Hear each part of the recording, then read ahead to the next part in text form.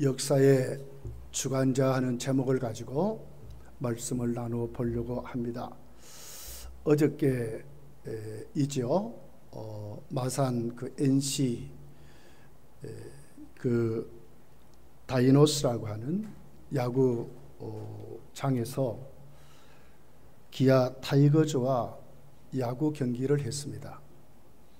야구 거기에 앞서서 육군 제39사단 의장대와 군악대가 공연을 펼치고 39사단에 300명 이상 되는 장병들이 와서 애국가를 제창하고, 그리고는 거기에 참여한 모든 분들과 함께 6.25를 기념하는 묵념을 하고, 그리고 시구를 그 최필수 씨라고 하는 86세 된 전쟁 참전 용사가 시구를 하게 됐습니다. 이분은 1949년 입대해서 6.25 사변 때에 영덕과 철원 전투에 참여하고 많은 공적을 쌓아서 무공화랑 훈장을 받은 분이랍니다. 이분이 시구를 하고 그의 외손자인 차유력 일병이 개최해서 그 보를 받는 아름다운 장면이 온 방송을 탔습니다. 거기 모든 분들이 함께 박수를 하고 축하를 하고 그런 일이 방송에 타서 6.25의 아픔을 한번 되새김하면서 그 참전 용사를 기리는 일이 전 방송으로 방송이 되었던 날이었습니다. 여러분, 우리 6.25는 다시는 있어야 되지 말아야 될 전쟁의 아픈 상처입니다. 그때 외신 기자들, 사진 작가들이 6.25의 참상을 찍어놓은 사진을 저희가 조금 이렇게 훑어봤어요. 다 부서지고 없습니다. 서울도 깡그리 다 부서졌습니다. 낙동강 벨트라고 하는 이 다부동 전투뿐만 아니라 여기가 초토화가 되어버렸어요. 그럴 정도로 우리나라는 완전히 부서지고 완전히 사그러져 버린, 어떻게 보면 실패한 나라였댔습니다. 이런 우리나라 오늘 66년을 지나면서 하나님은 엄청난 부흥을 주었습니다. 오늘 우리는 자신 있게 세계 앞에 대한민국이라는 이름을 가지고 떳떳하게 다닐 수 있는 민족이 되었다는 것입니다. 경제적으로나 또 사회적으로나 교육적으로나 절대로 뒤지지 않는 민족이 되었습니다. 여러분, 이런 것을 보면서 오늘 우리는 참으로 우리에게 이런 삶을 주신 그 배경이 도대체 뭘까? 물론 많은 불신자들은 국군의 힘이다, 유엔군의 힘이다, 뭐 여러 가지 그렇게 진단을 하고 평가를 하고 있습니다. 그러나 우리는 분명히 역사의 주관자 되신 하나님이 우리 민족을 구원하시고 우리나라를 지켜주심을 우리가 확실히 믿습니다. 여러분, 23일일 거예요. 우리 잘 알듯이 영국이 유럽 연합이라는 그 연합 그 단체에서 우리가 계속 있을 것인가 아니면 탈퇴를 한 것인가 투표를 했습니다. 그런데 찬성이, 탈퇴를 하자 하는 찬성이 51.89%로 결국은 유럽연합에서 탈퇴하는 것으로 결정이 되어버렸습니다. 그날 하루만 전 세계 경제에 한국 돈으로 2,463조 원이 날아가 버렸다고 합니다. 여러분, 우리나라 예산이 386조랍니다. 수없는 엄청난 돈이 하루아침에 사라져 버렸습니다. 왜 그러냐 이렇게 해봤더니 모든 세계의 지도자들, 우리나라뿐만 아니라 일본 모든 세계의 지도자들은 영국이 유럽연합에서 탈퇴한다는 것을 믿지를 않았습니다. 다 영국은 유럽연합에 남아있을 줄 알았습니다. 그렇게 해서 정책을 세우고 투자를 하고 나라를 일구고 앞으로 미래 비전을 제시하고 그랬습니다. 영국의 수상이 우리가 잘 알듯이 그는 데이비드 캐머런이라고 하는 수상이죠. 영국은 절대로 유럽연합에서 탈퇴하지 아니한다는 것을 확실히 믿었기 때문에 투표를 했습니다. 자기 정치 생명을 걸고 투표를 했습니다. 원래 이 사람은 탈퇴한다고 공약을 세워가지고 수상이 된 사람이에요. 근데 탈퇴하면 안 되겠거든요. 그래서 그의 정책을 바꾸어서 영국은 유럽연합에 남아있어야 경제적으로나 정치적으로 세계가 안정이 되고 도움이 되는 걸 믿었기 때문에 그는 그렇게 믿지를 아니하고 자신 있게 투표를 했는데 결국 영국은 유럽연합에서 탈퇴하는 것으로 끝나버렸습니다. 수상은 공식적으로 10월 달에 내가 수상직을 내려놓는다고 말을 했습니다. 온 세계가 야단이 났습니다. 미국서부터 시작해서 온 세계가 나타났습니다. 특히 일본은 더 엄청난 피해를 봤습니다. 엔화를 절상해서 자꾸 내려다가 하루아침에 내리기 전에 모든 모습으로 다 복귀되었다고 합니다. 많은 분들이 일본은 망했다고 할 정도로 지금 그렇게 되었어요. 우리나라도 예외는 아니라고 하는 것입니다. 이것이 여러분 우리 인간의 역사입니다. 하루도 못 보는 눈이지요. 23일 날 영국이 유럽연합에서 탈퇴하는 것을 믿은 사람은 사실 세계 정치 지도자들은 아무도 없었어요. 근데 역사는 무엇으로 끝났어요? 결국 탈퇴하는 것으로 끝났습니다. 이건 우리에게 무엇을 말하고 있습니까? 결국 역사는 하나님이 주관한다 하는 것을 우리가 볼 수 있다고 하는 것입니다. 여러분, 우리나라는 OECD 국가 중에 자살률이 1위입니다. 안타까운 일이 24일 날 있었습니다. 배우여 탤런트였던 김성민 씨 목을 메고 자살을 했습니다. 경찰관이 발견해가지고 갔더니 숨이 팔딱팔딱 뛰고 있는 거예요. 병원에 가서 지금도 혼수 상태로 계속 있습니다. 저의 눈을 부릅뜨게 한 것은 보니까 물론 그는 그 마약으로 사실 그의 명예는 땅에 떨어져 있었죠. 그러나 그의 가정은 탄탄했습니다. 아내는 약사였고 잘 사는 사람들이었습니다. 집도 있고 아들도 아름답게 잘 크는 자였습니다. 근데 그는 날마다 술만 먹으면 죽는다고 했답니다.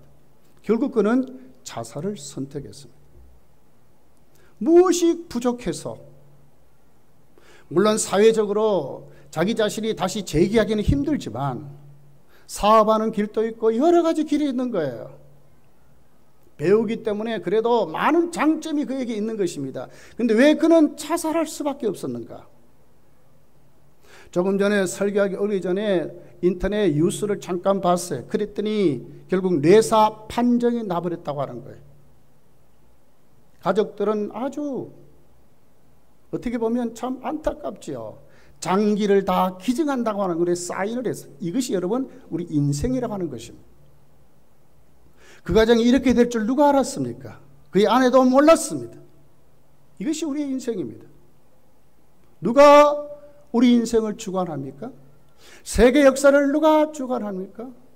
유교에서 건져준 분은 누구였습니까? 하나님이시라고 하는 것입니다. 우리가 오늘 이 사실을 분명히 해서 오늘도 우리의 믿음을 똑바로 세워야 될 줄 믿습니다. 지금 동성로에서는 동성애자들이 문화축제를 한다고 야단 법석으로 일어나 있습니다. 눈에 보기에는 이 나라가 정말 엄청난 타락의 길로 가는 것 같지만 그러나 결과는 하나님 반드시 역사를 주관하시는 하나님이 오늘 또 우리 민족 위에 우뚝 서 계시다는 것을 우리가 오늘 또 이 말씀에서 믿을 수가 있는 것입니다. 여러분, 오늘 시편 1편 68편 1절은 이렇게 시작을 합니다. 하나님이 일어나시니 이렇게 말합니다. 이건 우리에게 무엇을 얘기할까요? 하나님이 일어나시는 그 하나님은 역사를 주관하신다, 다스린다 하는 것을 우리에게 가르쳐주는 말씀입니다. 여러분, 이 68편을 자세하게 제가 다 1절, 2절서부터 쭉 이렇게 해서 주석을 이렇게 해석해 드릴 수는 없지만 우리가 그냥 읽어봐도 인간의 역사, 모든 자연, 우리의 삶의 모든 형태, 가난하고 부하고 또 억울함 당하는 모든 사람들을, 나라 민족과 열방을 누가 다스리느냐? 하나님이 다스린다고 말씀을 지금 68편에서 하고 있는 것입니다. 다윗은 이 사실을 확실히 믿었습니다. 호국의 달을 보내면서 성도는 어떤 자세를 갖고 살아야겠습니까? 오늘 우리에게 일어나는 수만 가지는 인간의 눈으로 볼 것이 아니라 오늘도 우리의 역사를 주관하시는 하나님의 눈으로 우리가 오늘도 보고 살아야 한다는 것을 믿을 수 있다고 하는 것입니다. 여러분의 눈이 영적인 눈으로 열려서 보이는 온 우리 가운데 충만한 우리의 삶을 보는 것이 아니라 오늘도 우리 가운데 역사하시는 하나님의 나라를 볼 줄 아는, 하나님의 통치를 볼 줄 아는 믿음으로 세워지시기를 예수님으로 축복합니다. 이사야 40장 15절부터 가서 보면 이사야는 하나님과 오늘 우리 인간 사이에 있는 그 모든 삶을 평가를 하는데 어떻게 평가하고 하나님은 어떻게 말씀하시지요? 누가 나와 비교할 수 있느냐? 그렇게 말씀해요. 보라, 그에게는 열방이 통에 한 방울의 물과 같고 저울의 작은 티끌 같으며 섬들은 떠오르는 먼지 같으니라. 열방이 뭐라고요? 통에 한 방울 물과 같아요. 레바논의 땔감에도 레바논이 땔감으로도 부족하겠고 그 짐승들은 번제도 부족할 것이라. 얼마나 많은 지구촌에 있는 그 짐승을 다 하나님께 바쳐도 부족하다는 거예요. 그의 앞에는 모든 열방이 아무것도 아니라 그는 그들을 없는 것 같이 빈 것 같이 여기시느니라. 아무것도 아니라. 그런즉 너희가 하나님을 누구와 같아 하겠으며 무슨 형상을 그에게 비기겠느냐? 너희가 알지 못하였느냐? 너희가 듣지 못하였느냐? 태초부터 너희에게 전하지 아니하였느냐? 땅의 기초가 창조될 때부터 너희가 깨닫지 못하였느냐? 그는 땅 위에 궁창에 앉으시느니 땅에 사는 사람들은 메뚜기 같으리라. 누가 이 땅을 창조하셨고 누가 그 위에 좌정하시고 누가 그 창조하신 세계를 다스리냐 그 말이지요. 진짜 그 사실을 너희가 알고 있느냐 이렇게 말하는 거예요. 26절에 가면 이렇게 기록을 하고 있습니다. 너희는 눈을 들어 누가 이 모든 것을 창조하였나 보라. 주께서는 수요대로 만상을 이끌어내시고 그들의 모든 이름을 부르시나니 그의 권세가 크고 그의 능력이 강함으로 하나도 빠짐이 없느니. 하나도 빠짐이 없대. 그의 권세가 크고 그의 능력이 큰 그 하나님 앞에 하나도 숨길 수 없도록 하나님은 섭리하시고 다스리심을 그렇게 말씀을 하는 거예요. 여러분, 왜 인생이 방황합니까? 왜 갈등 속에 불안하게 살아갑니까? 그 이유는 바른 삶의 목적을 잃어버려서 그렇습니다. 성도가 왜 원망하고 불평하고 삽니까? 이유가 있습니다. 하나님을 모르기 때문에 그렇습니다. 하나님이 어떤 분인지 확실히 몰라서 그렇습니다. 이사야 40장 27절부터 이렇게 말합니다. 야곱아 어찌하여 네가 말하며 이스라엘아 네가 이르기를 내 길은 여호와께 숨겨졌으며 내 송사는 내 하나님께 벗어났다 하느냐. 왜 성도에게 원망이 있습니까? 불평이 있습니까? 왜 성도가 이 세상을 살아가는데 불안해합니까? 28절에 이렇게 말합니다. 너는 알지 못했느냐? 이렇게 말하죠. 하나님을 알지 못해 그랬어. 듣지 못한 하나님의 말씀이 없어서 그렇소. 하나님 어떤 분입니까? 영원하신 하나님 여호와 땅끝까지 창조하시는 피곤하지도 아니하시며 곤비하지도 아니하시며 명철이 한이 없으시며 피곤한 자에게는 능력을 주시며 무능한 자에게는 힘을 더하시나니 소년이라도 피곤하며 곤비하며 장정이라도 넘어지며 쓰러지되 오직 여호와를 앙망하는 자는 새 힘을 얻으리니. 뭘 몰라 그렇습니까? 여호와를 앙망하는 자는 새 힘을 주신다는 것을 몰라 그래요. 그분이 누구라고요? 역사의 주관자라니까요. 온 우주를 다스리시고 열방을 통해 물방울 하나같이 여기시는 그 하나님, 만상을 창조하시고 그 위에 좌정하시는 그 하나님, 왜 너희 사정은 숨겨졌다고 하느냐? 왜 하나님이 듣지 않는다고 하느냐? 너는 알지 못하고 하나님을 듣지 못해서 그렇다는 거예요. 무엇을 몰라 그래요? 하나님은 피곤치도 아니하고 주무시도 아니하시고 넘어지시도 아니하시고 피곤한 자에게 또 무능한 자에게 힘을 주시는 그 하나님, 여호와를 앙망하는 자에게 새 힘을 주시는 하나님을 몰라서 그렇다는 거예요.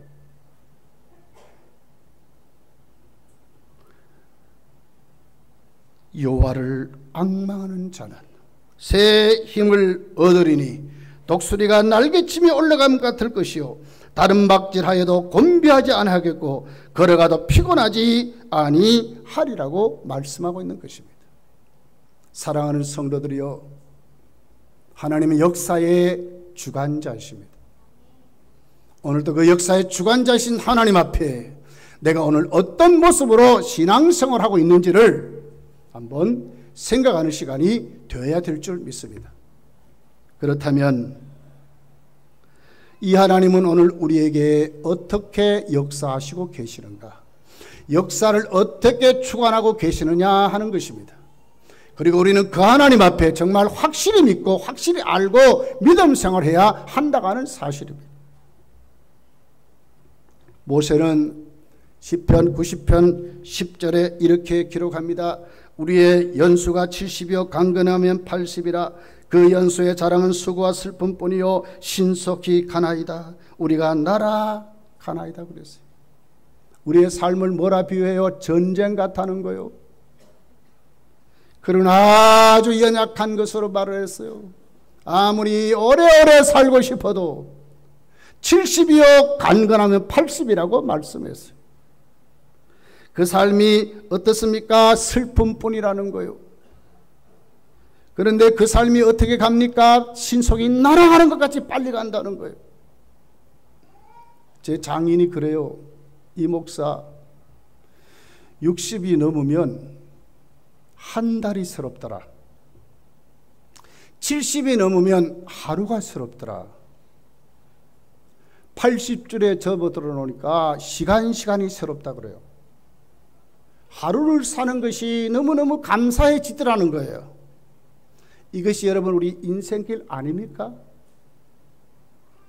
세상의 모든 걸 다 가지고 사는 것 같아도 결국은 뭡니까? 우리는 하나님의 손바닥 위에 있는 것입니다. 하나님이 우리를 주관하신다고 하는 사실을 우리는 잊어먹지 말아야 한다는 거예요. 그런 하나님 앞에 하나님은 오늘 우리를 어떻게 역사하시냐 하는 거죠. 오늘 19절은 이렇게 시작을 하고 있습니다. 날마다 우리의 짐을 지시는 주 곧 우리의 구원이신 하나님을 찬송할지어다. 하나님 어떻게 하신다고요? 날마다 우리의 짐을 져주신다고 말씀하는 거예요. 이 약속 그대로 하나님은 어떻게 우리의 짐을 지셨습니까? 아들 되시는 예수 그리스도를 이 땅에 보내서 우리에게 구원을 허락하시고 우리의 삶을 정말 맡길 수 있도록 하나님 우리에게 어떻게 하셨습니까? 우리의 짐을 져주셨다고 하는 사실입니다. 역사의 주관자 되시는 그 하나님이 영접하는 자 곧 그 이름을 믿는 자들에게는 하나님의 자녀가 되는 권세를 주셨느니라. 뭡니까? 우리가 하나님의 정말 자녀라면 우리가 무엇을 믿어야 합니까? 목적 없이 방황하는 이 세상 많은 사람들, 역사가 어떻게 될지도 모르는 이 깜깜한 세상 앞에 우리의 입술을 원망하며 불평한 우리들이 어느 쪽으로 가야 합니까? 오늘도 우리의 인생의 짐을 져주시는 하나님 앞에 우리의 믿음을 내려놓아야 한다고 하는 것입니다. 우리 인생 짐 누가 진다고요? 하나님이. 예수님은 자신 있게 말씀하죠. 수고하고 무거운 짐진 자들아 다 내게로 오라. 너의 짐을 나에게 맡기라고. 예수님이 그렇게 되면 그 수고한 짐을 맡아 주겠다고 말씀하고 있는 것입니다. 오늘 본문 20절은 우리 인생의 짐을 지신 그 하나님은 어떻게 지시는가에 하나님의 말씀으로 기록하는데, 하나님은 우리에게 구원의 하나님이십니다. 사막에서 벗어남을 주 여호와로 말미암을거려. 이게 뭐죠? 가장 중요한 핵심을 해결받고 살아가도록 한다는 거예요. 구원시켜서 살아간다고 하는 것입니다. 미래가 분명합니다. 목적지가 분명합니다. 오늘 살아도 우리는 구원받고 사는 사람으로 하나님을 알게 하며 살아간다고 하는 거예요. 여러분, 이 하나님을 여러분 알고 믿고 의지하고 살아가고 있습니까? 왜 좌절합니까? 절망합니까? 왜 원망하고 불평합니까? 내 짐을 져주시는, 아들까지 보내서 십자가에서 내 짐을 져주시는 그 하나님을 우리가 몰라서 그렇습니다. 하나님 우리 인생의 짐을 져주신다고 하는 것입니다. 제가 시간이 나면 검단산성에 아침에 이렇게 걸어서 갔다가 옵니다. 조금 더 많이 나면 팔공산에 가선산성도 올라가고들 그랬습니다. 처음에는 얼마나 힘이 드는 줄 몰라요. 왜? 길을 모르니까. 가도 올라가야 되는 거예요. 물론 등산 많이 한 분들은 우스운 얘기지만 저에게는 그랬어요. 모르니까 힘드는 거예요. 이제는 검단산성은 오고 가고 왕복 1시간이면 왔다 가버려요. 가는데 30분, 오는데 30분. 거기 가서 공기를 마시고 운동 좀 하고 이렇게 와도 1시간이면 충분히 왔다가 가요. 하나도 피곤도 모르겠고 그래요. 얼마나 기분이 상쾌한지 몰라요. 왜요? 이제는 아니까 그래요. 여기 가면 무엇이 나고 어디 가고 어디 나고 솔밭이 어떻게 되고 막 있어요. 생변 알지도 못한 분들이 서로 인사합니다. 팔공산도 똑같아요. 처음에는 얼마나 힘이 들고 어려운 줄 몰라요. 근데 아니까 괜찮아요. 이제는 여기까지 왔구나. 저기까지. 여러분, 우리가 하나님을 정말 똑바로 한다면 우리 인생길은 가벼운 거예요. 우리 인생길은 너무나 감사와 찬송 속에 너무나 즐겁게 살아갈 수 있는 거예요. 왜 그렇습니까? 몰라서 그렇거든요. 아들까지 주신 그 하나님이 로마서 8장을 보면 무엇을 못 주겠느냐고 하신 이 하나님을 몰라서 그렇거든요. 여호와를 앙망하면 새 힘을 주신다는 그 하나님을 몰라서 그렇거든요. 인생길 지치고 피곤하고 넘어지고 그럴 때에 우리를 곤비치 아니하게 하시고 우리를 일으켜 주신 하나님을 몰라서 그렇다고 하는 것입니다. 일제시대 때에 지식인들과 대학생들이 술집에 모이고 다방에 모이면 불렀던 노래가 있습니다. 이 풍진 세상을 만났으니 너희 희망이 무엇이냐 그랬습니다. 우리나라의 독립을 전혀 믿지를 않았습니다. 어떤 일이 일어났습니까? 친일파가 그때 생긴 겁니다. 나라가 희망이 없습니다. 그러니까 그때부터 친일하기를 시작했습니다. 여러분, 23일이죠. 국가기후변화 적응센터장 국무총리실 산하에 있는 하나의 단체입니다. 준공무원이랍니다. 이정호 씨라는 센터장이 회식을 하면서 구호를 외치는데 천황폐하 만세 삼창을 했습니다. 자기는 거기에서 친일파라고 그랬습니다. 자기 외할아버지가 일제강점기에 동양척식주식회사의 고위 임원이었다고 말을 했습니다. 지금 세상이 어떤 세상입니까, 여러분? 아직도 일본 천황 만세할 수 있는 우리나라의 이 민심이, 인심이, 분위기가 지금 그렇게 되어 가고 있습니까? 그런데도 자신 있게 그렇게 말을 했습니다. 얼마나 그때의 독립을 믿지 않았느냐 하는 그 뿌리가 지금도 이렇게 있다고 하는 것입니다. 여러분, 기독교 역사의식을 가졌던 정말 진짜 신앙이었던 남궁옥 선생이 그들 앞에 찬송을 지어서 부르게 했습니다. 그리고는 교회마다 다니면서 무궁화를 심기를 시작했습니다. 그랬더니 1907년에 모든 교회와 그때부터 저변에 깔려서 부르는 찬송이 온 우리 민족 앞에 부르기를 시작했습니다. 이것이 바로 삼천리 반도 금수강산, 하나님 주신 동산, 삼천리 반도 금수강산, 하나님 주신 동산. 이 동산에 할렐마나 사방의 일꾼을 불어내 곧 이날에 일 가려고 누가 대답할까? 일하러 가세, 일하러 가세. 삼천리 강산 위에 하나님의 명령 받았으니 반도강산에 일하러 가세. 남궁옥 선생이 그 역사 앞에, 좌절한 민족 앞에 지식인들과 대학생들이 독립이 멸망하는 것 때문에 친일로 넘어가는 그들 앞에 찬송을 지어서 부르게 했다고 하는 것입니다. 성도가 어떻게 살아야 합니까, 여러분? 이 방황하는 세상, 수도 없는 사람들이 원망하고 불평하는 이런 세상, 목적을 잃어버린 이런 세상, 그냥 하루하루 그냥 산다고 하는 이런 세상, 우리는 무엇을 외치고 살아야 할 것입니까? 하나님이 우리 인생의 짐을 져주신다고 그들 앞에 외치고 우리도 믿고 살아야 한다고 하는 것입니다. 사랑하는 성도들이여, 오늘 다윗이 믿었던 그 하나님은 그의 인생의 짐을 져주시는 하나님이셨습니다. 인생의 짐을 어떻게 했다고요? 구원의 복을 주셨다, 그 말이요.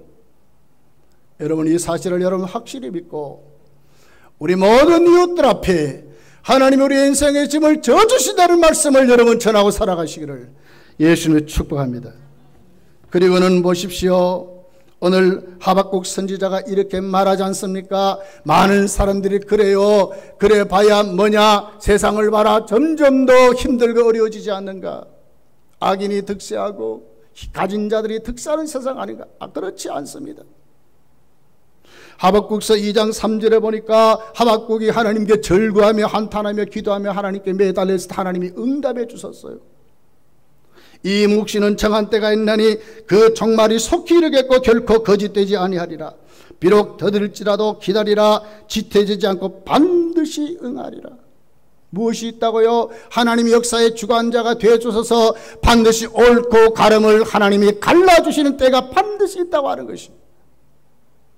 의인은 어떻게 살아야 됩니까? 보라, 그의 마음은 교만하여 그 속에서 정직하지 못하나 모든 사람들이 교만하고 정직하지 못한 그런 삶을 산다 할지라도 의인은 그의 믿음으로 말미암아 살리라 함과 같으리라. 성도는 믿음으로 살아야 한다는 거예요. 무엇을 믿어야 돼요? 우리의 인생의 짐을 하나님이 져주심을 믿고 살아야 한다고 하는 것이죠.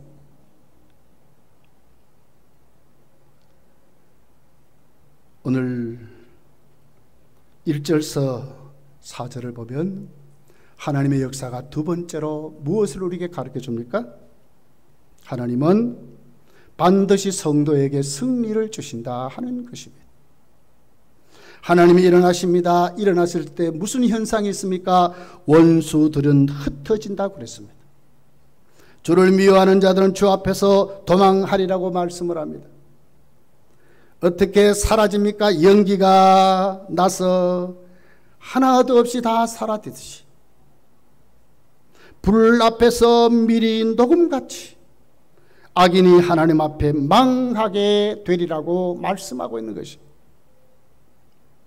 3절에 보니까 이렇게 말합니다. 의인은 기뻐하며 하나님 앞에서 뛰놀며 기뻐하고 즐거워할지어다. 왜 그렇습니까? 4절에 보니까 하나님께 노래하며 그의 이름을 찬양하라.